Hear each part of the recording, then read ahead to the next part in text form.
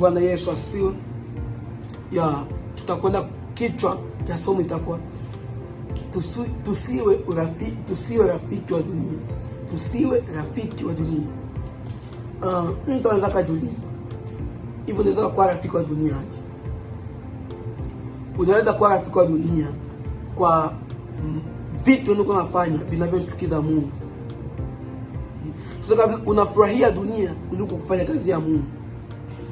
Unazini na pia unazini na ujua kwamba Mungu anakataa. Unaomba kuzini. Unafanya mambo mengi yale machukizo, unataka kuifurahisha dunia kuliko kumfurahisha Mungu. Huko ndiko kuwa rafiki wa dunia. Huko ndiko kuwa rafiki wa dunia. Basi kufanya vile vitu vya dunia, hautaki kufanya vitu vya Mungu. Huko ndiko kuwa rafiki wa dunia. Tutakwenda kusoma katika kitabu cha Yakobo sura 4 mstari wa 4. Yakobo sura 4 mstari wa 4 nasema, henyi wazinzi, hamjui ya kwamba kuwa rafiki wa dunia ni kuwa adui wa Mungu? Basi kila atakayekuwa rafiki wa dunia hujifanya kuwa adui wa Mungu. Hebu sikia tena. Enyi wazinzi, hamjui ya kwamba kuwa rafiki wa dunia ni kuwa adui wa Mungu? Basi kila atakayekuwa rafiki wa dunia hujifanya kuwa adui wa Mungu. Yote yule atakayekwenda kuwa rafiki wa dunia hujifanya kuwa uadui na Mungu. Unapokuwa unatenda mambo yako machafu yanayokwenda kupendesha dunia, unajua kwamba unakwenda kujiwekea uadui na Mungu. Unakwenda kutenda dhambi, unajua kwamba unakwenda kujiwekea uadui na Mungu. Unakwenda kujiwekea uadui na Mungu. Kuwa rafiki, kama jinsi nilivyosema, kuwa rafiki wa dunia ni kufanya vitu vilivyo machukizo mbele za Bwana, ni kufurahia dunia. Maana unafurahia anasa ulimwengu kuliko kumfurahia Bwana, ama kuliko kumpendeza Bwana. Wewe unakwenda kufurahia mambo ya ulimwengu. Huko ndiko kuwa rafiki wa dunia. Unapokuwa unafurahia mambo ya ulimwengu, huko unafanya vitu vile machukizo mbele ya Bwana ili upate kuna kupendesha wengine watu. Ujue kana kwamba wewe umekuwa rafiki wa dunia. Na kama jinsi maandiko yanavyosema, unapokwenda kuwa rafiki wa dunia, unajifanya kuwa uadui na Mungu. Na ndugu, unapokwenda kujifanya kuwa uadui na Mungu, utakwenda wapi wewe mwanadamu?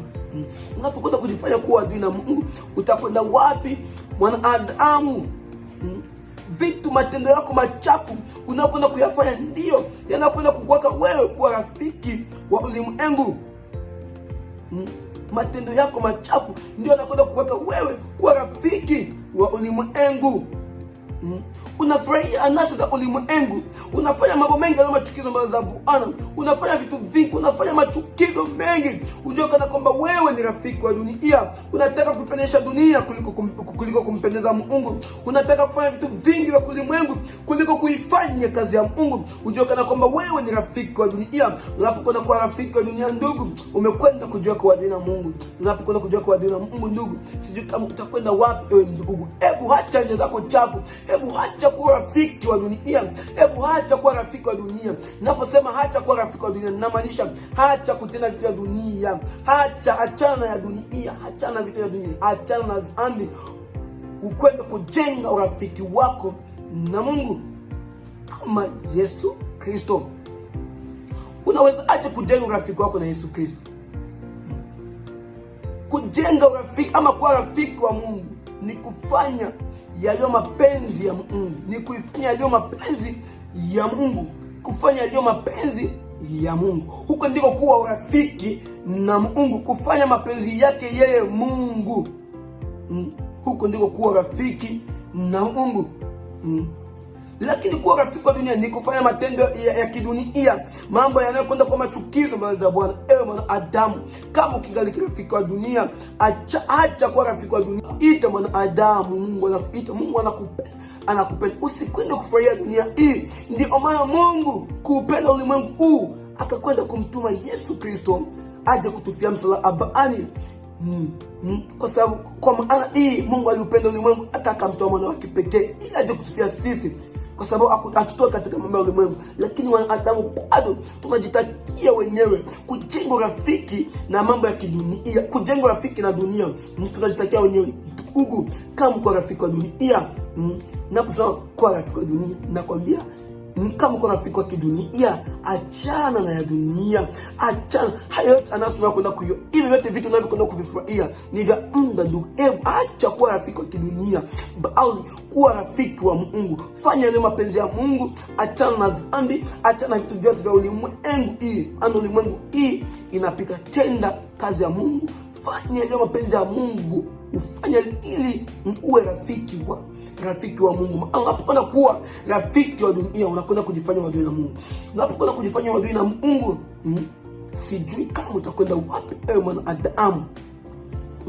Hacha kuwa rafiki wa kidunia, uwe rafiki wa Mungu. Hivi vyote vitu, hayo yote mambo ya kidunia hayo unakwenda kuyaona. Vitu vyote ulimwenguni hayo yote hayo, niwe ni nini wanaume, hiyo ni nini watu, mambo yote anasa ulimwengu unakwenda kuyaona, hayo sio kitu, sio kitu. Ningeomba tunakusoma. Bwana Yesu asifiwe. Jana Bwana nibariki. Tunaenda kusoma kitabu kile cha Yohana wa kwanza sura yake ya 2, ule mstari wake wa tuanze pale 17 tushuke. Dunia hii, tunasoma katika jina la Kristo, dunia hii inapita pamoja na tamaa zake, bali yeye afanyaye mapenzi ya Mungu atadumu hata milele. Bwana Yesu asifiwe. Maandiko yanasema dunia hii